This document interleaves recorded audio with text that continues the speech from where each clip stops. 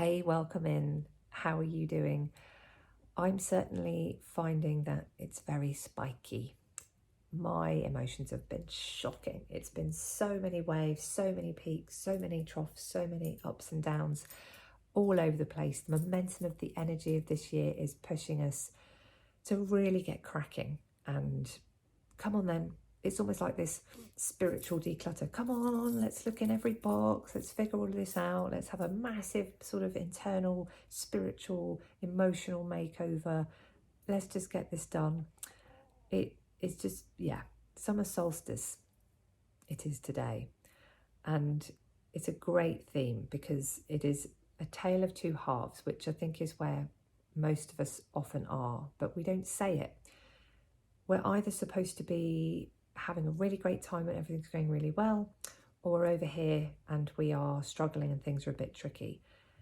But I think we're usually both. Usually there's the things that we can talk about that we appreciate, we're grateful for, that we have love about. And then there are all the things that we could say, I'm working on this, or I'm having a hard time with that. But we don't really have language for it in our culture. And there's still this sense that we should be in a place where always aim for the ducks in a row, always aim for the plateau place. And some people will, because their lives are like a curated garden, a beautiful landscaped, everything in its place. And some of us are more wild meadow. We are more, oh my gosh, what's this shooting up over here? And what's this over here? And it's constantly changing and evolving because our emotional spectrums are big. We feel lots, we think lots. And so there's lots of activity going on all of the time, feeling things in real complex detail, taking in lots and lots of detail. Everybody's different, but you might just be someone who is never going to reach that I'm plateauing. And that's not a bad thing. It's just there's a point of surrender in actually I'm always going to be continually evolving and shifting and growing. And for those people, we just have to remember that we stop and take stock every now and then. The summer solstice is a great time for us to do that, to just look around. What have I crafted? What have I created? What am I proud of? Take a breath, just stop for a second and be in that. And at the same time, of course, the summer solstice is illumination, so it will shine a light. It will shine a light on the very fibres of the layers that you might have been working on for a while. It will expose things. And we've just had the new moon in Gemini, which, I'm not an astrologer in any way, shape or form. I pick up on how things are feeling and what I'm seeing in clients and collectively. I think this theme of clarity and communication within ourselves has been enormous, and it's really poignant. So shining that light on what has become more clear for you. Where is there clarity in your life now about how you feel about something, how you think about something? Because we are so complicated. And I always find with all my clients, and definitely with myself, everything is in this network within our brains and within our bodies. So it's never just one thing that's making us feel a particular way. So if I'm sat with somebody and they're actually telling me how they actually are, it will be one thread, but that thread will lead to a highlight point that will spin off into something else, because that links to another thought process, another circumstance in their life, or that links to a past memory that has sort of triggered an emotional response to something, or it links to maybe a value or a principle, something that is really important to you, and that's why this is feeling so visceral, that's why this is so important for you. And so we need to respect and honour the fact that we have this massive network of map, and give ourselves a bit more space and give each other a bit more space. So if someone says, what's wrong? Allow yourself that space to really explore, but allow the other person as well to go through all of the things, because there will be many. And the body will be responding in a physiological way to every thought that we have. So sometimes we just have so much chemistry in our body, whether that's joy and, beaming love, which is lovely when that happens. But sometimes it's a combination of so many things that it becomes an overwhelm. It becomes anxiety, it becomes pressure. And I think a lot of what we're taught is that we need to correct that, we need to regulate it, we need to get rid of it. And the processes are about things that clear the mind, give us that mindfulness and settle the body down. Sometimes your body's not going to settle until you've heard what it's trying to tell you. So really be on the lookout at the moment, because it's really, the theme is you may need to go in with inquiry. You may need to go in with curiosity and intrigue and an open invite. You know what? I'm going to do this activity, like I'm going to go for this walk, or I'm going to do some of my house jobs. And at the same time, I'm going to check in mentally. What is the landscape doing? What are my thoughts doing? What am I thinking? Because you honestly don't know what you're thinking. If you go in as an observer and you just watch where your brain goes, you will be astonished at how many stops it makes, how many different things are linking in, how one bounces to the next. And that if you've got a physical feeling like tightness or a knot in your stomach, don't go into doing things to try to have this aim of get rid of it. I'm going to breathe to release that stress. Sometimes it just doesn't work. But if you go in thinking, I'm going to offer myself this breath, I'm going to offer myself this space to notice what my thoughts are doing,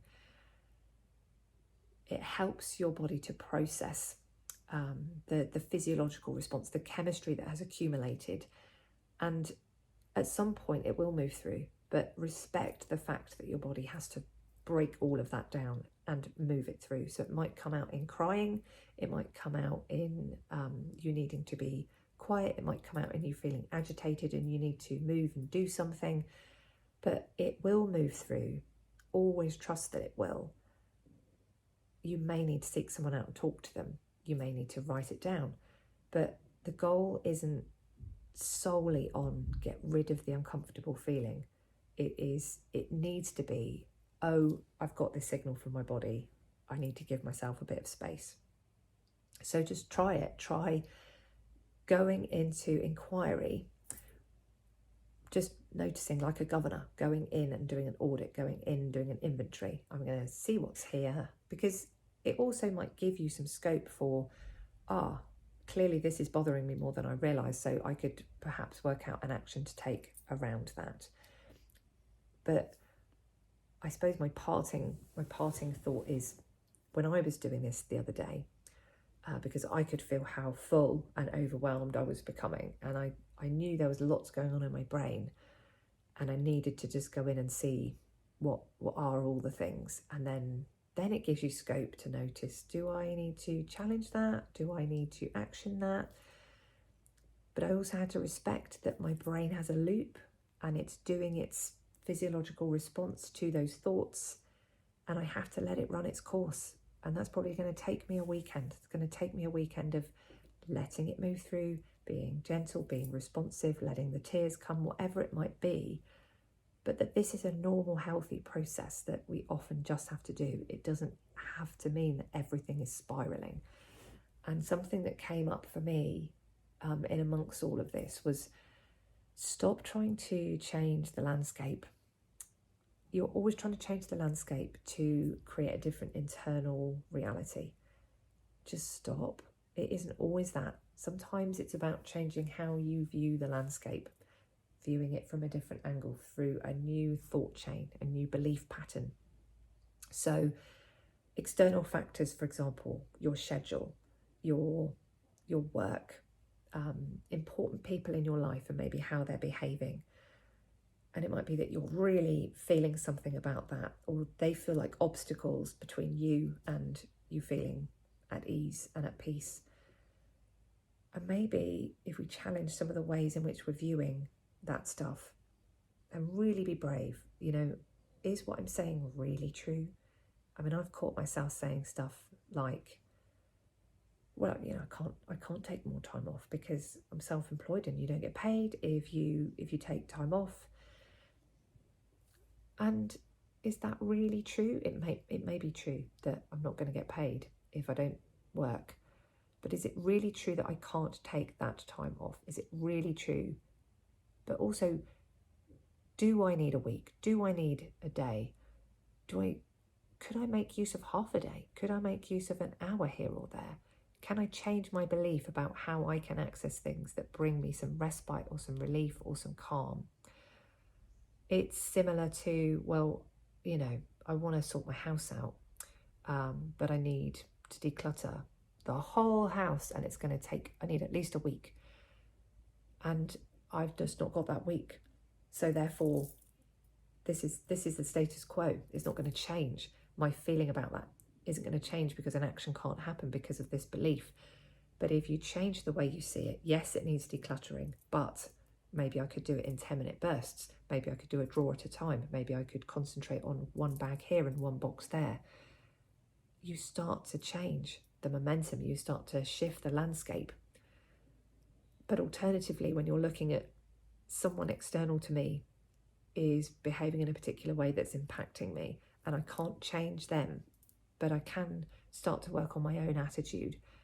And is what I'm thinking really true? What statements are you really making about a situation? Maybe you're worried about a friend or a partner or your child, thinking, if they could just do it this way, then I could feel better.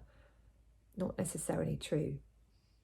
We can challenge how we're responding, how we're reacting, what we believe to be the case, and realise that sometimes there's great gold in our opportunity to surrender and let people have their path and let them do it that way, or trust that things are going to open up. If you've done as much as you can, you have to sit back and surrender it and hand it over and let it unfold perhaps in a different way than you had envisaged that it would or that you'd planned. There's always a dance going on with your mind and your body and the life force energy, the universe, how we're responding and interacting, what we're attracting, what we're moving with. There's a real dance all of the time, and we can choreograph, we can get involved, we can change the rhythm, we really can. So I'm going to stop my ramblings and wish you a very happy summer solstice. Take a minute, look at the stuff that you've reaped and harvested. Take a moment and be with any of the stuff that you're finding challenging, and know that you're not alone if you are. Know that you are safe to feel what you feel. And I'm just sending so much love, and have a lovely day.